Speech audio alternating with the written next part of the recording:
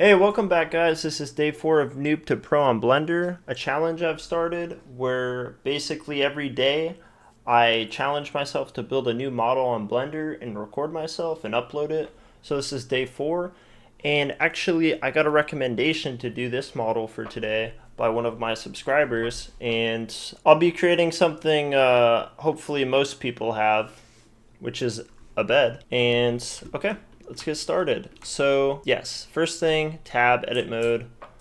I'm gonna size it down. I think the first thing I wanna make is the mattress portion of it. So let's scale it outward.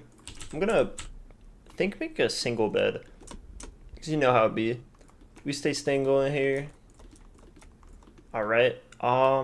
So I might want to bevel that. Yes. Let's do like a simple bevel. Almost kind of like the table we were doing. All right, and we're done, guys. Cool. All right, so that's the mattress portion. But I was thinking actually for today, we do something a little different. So I've been looking into how to model, and most people typically when you model use kit bashing, which is essentially Shift A.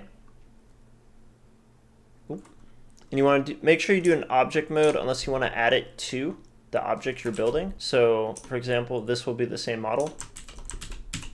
Make sure you're in object mode if you want to properly kit bash and add another cube. So for this one, I'll be doing this. I'll lift it up off the ground a little bit. There we go. Okay. This will be like the frame of the bed. Okay. It's good so far. Again, take one side, get it in properly, extrude out, extrude up, in, extrude out, extrude up. So far so good. And I was thinking I'll make it a little more complicated than this, to be honest. I think the easiest way to actually go about that is to reset that, at least for the end portion. I'm going to do a few loop cuts. Sometimes the shortcuts in Blender take a little longer to do anyways. So let's do this. Extrude up on the axis. All right. Extrude up one more time. On the z-axis, I should say. Could do something like that, what I was thinking. Extrude. I'm sure there's a way to do kind of like a perfect edge like that, instead of just kind of pushing them inside. That looks pretty good so far. I was thinking of like pushing it down maybe. This looks pretty good so far. I'm kind of happy with it. Don't think I want to spin it. Bevel. Not today. So that looks pretty good. It's a little boring, so I was thinking we could add in like maybe like a drawer or something on the bottom. Yeah, this is like a perfect amount of space. We don't have to do anything too crazy. I was just thinking something like this. And we select faces, and then we do a, let's say a bevel. So would that be control? Yes. Looks like it would. For this one, I think actually you would want to do an insert face so it doesn't really mess up the geometry too much. Kind of. Okay. Let's see. The problem with that is it doesn't center how I kind of want it to. Yeah, there we go. I don't know what I just did to that one, but this is exactly what I wanted to do. Let's try that again here.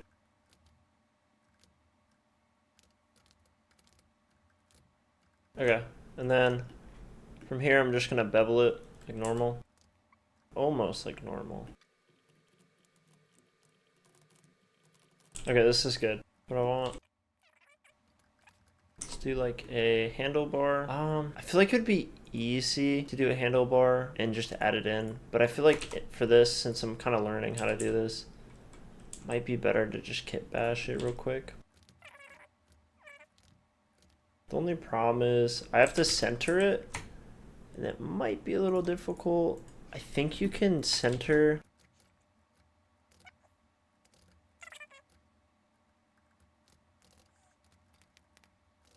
I did the one thing you don't want to do. You want to add in essentially just another object so you don't do that mistake. Okay. Which actually works out because I centered it. And when I added that, it was centered. Perfect. And I could make it a little more complicated, but I kind of like this so far. Man, what the heck is that? What geometry is this from? Man, what the hell? Okay. That needs to go. Is it a box? Is there a box in here? What the? Why am I trying to loop cut it? What is going on? I'm losing it. Alright, cool. Got rid of that, hopefully. So there's another invader in here. Actually, it almost looks like a garage. Alright, so back to it. I like this. I'm gonna give it a little loop cut. So I'm gonna edit it again. Loop cut, loop cut, loop cut, cut.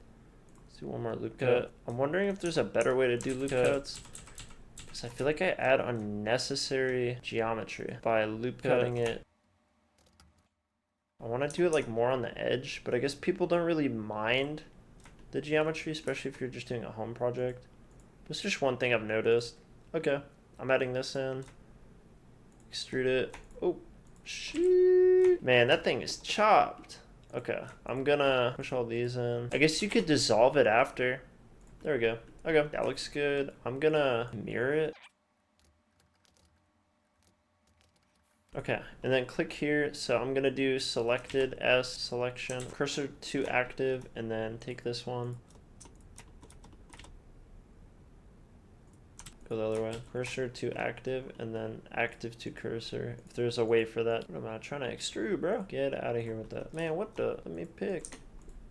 There we go. Just get it out of here. Doing weird. All right, so yeah. Selection to cursor. Perfect. Oh my gosh. Perfect. That's exactly how you do like crazier geometry, no doubt. So, okay, I need to rotate it, but I need to rotate it on this axis. I'm wondering now. I need to do the rotate again. When you rotate it, you actually don't get to keep that geometry. So once you edit it, it seems like it goes away. So I'm wondering, can I do this now? Can I do... Oop. Oh, I'm not trying to save the model yet. Okay, there we go. Man, I'm gonna just do this again. I'm gonna do it, but make sure it's the right way. So cursor to active. They're both inside, kinda. Yep, perfect. Cursor to active. I guess you would do like kind of the inside of it. There you go. There you go. Okay. It's pretty sick. And what kind of bed would this be if it didn't have a pillow? Am I right or am I wrong? So let's jump into that. I just made like one little drawer. I feel like that adds a lot to it though, type of stuff. And I could see myself sleeping in that. Looks pretty nice. Bash again. I would say for this one, I was thinking of doing a cylinder. 32 might be the move. I'm gonna try this out. Let's see, I'm gonna rotate it on this axis. Yeah, do 90. What would it look like if I just kind of like squished it down? Low key, I can see this. Yeah, this looks good. Imagine I just like bevel it a few times. Okay, I'm with that. That's good so far. I wonder if there's an easier way to drag stuff. I don't really need it, so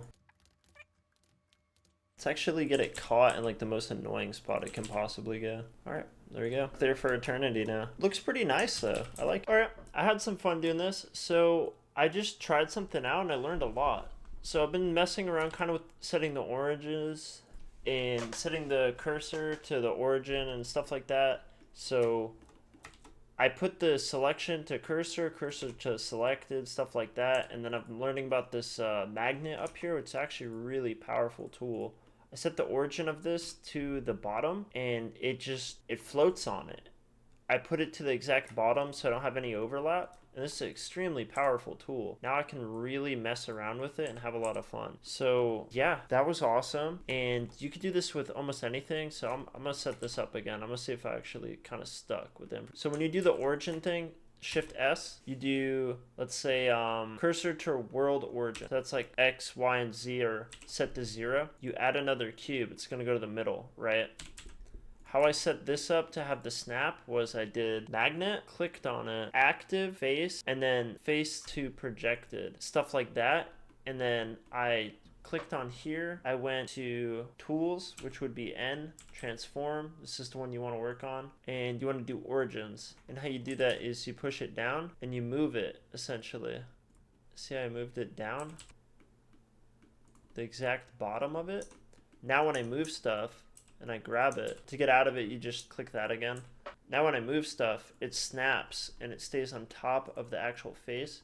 So you can move it along. So actually a good item to do this for would definitely be this, the mattress. So it's not like just floating on top of it or just got weird edges. Let's try this again.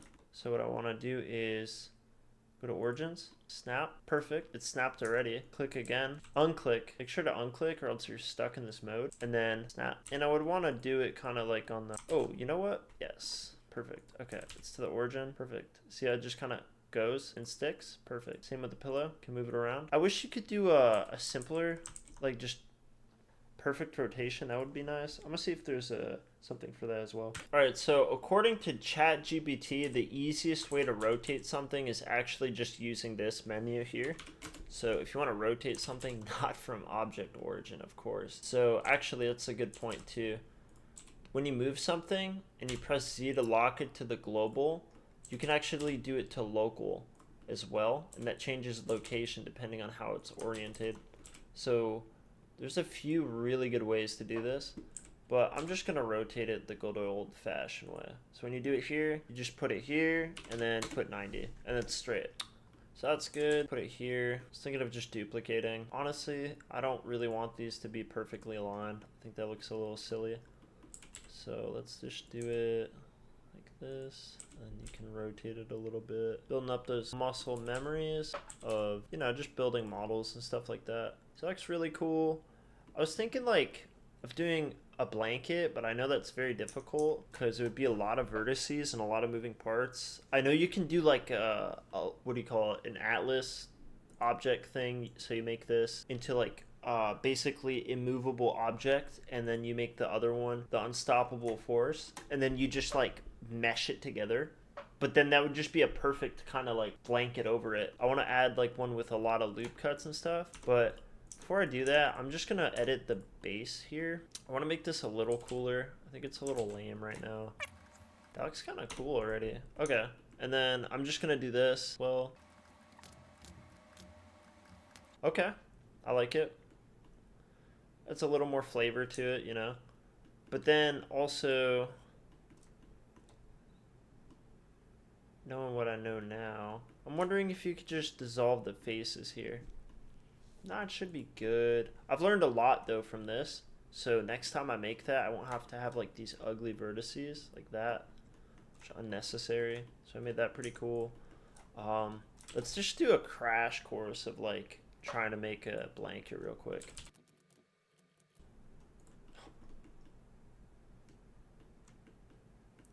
What in the hell? What did I do? What the heck? Oh man. We're screwed now.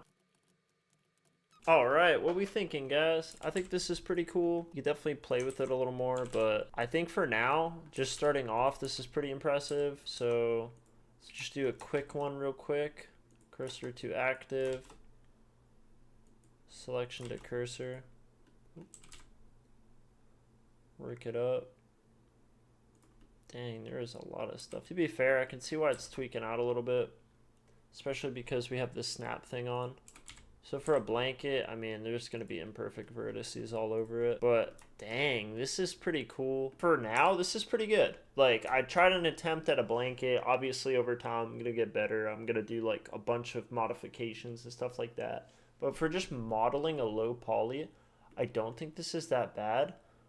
I'm seeing some, looks like shading issues. Or, what do you call these? These are, like, inverse vertices. So let's see if I can fix that real quick. Okay, false alarm. This was actually just a crazy angle. So I'm gonna soften that up a little bit. See what I mean? Like, you could definitely do more loop cuts and do this all day and kind of make it a little more perfect. But I think for the intent of what I'm doing here, this looks pretty good. Let's try to keep these a little more down, actually. Especially the corners. Not a fan of these large corners here. Okay. Let's keep those down. Think. Yeah, it's pretty fun. I like it. Very low poly. Added a drawer. Made it kind of like a... It's almost like a single, but more like a double, honestly. So it's like a double cheeseburger. You see that? Know what I'm saying? Alright. So, yeah, I had a lot of fun making this and recording and just kind of talking over it as I went with it. I learned a lot already, just kind of like origin and snapping. I learned a lot about this tool up here. That was really cool. So, thanks, guys. Thanks for watching. Stay tuned for day 5. It's going to be coming up real soon. Really excited for it. I have some plans for it already. But thanks for watching. Peace.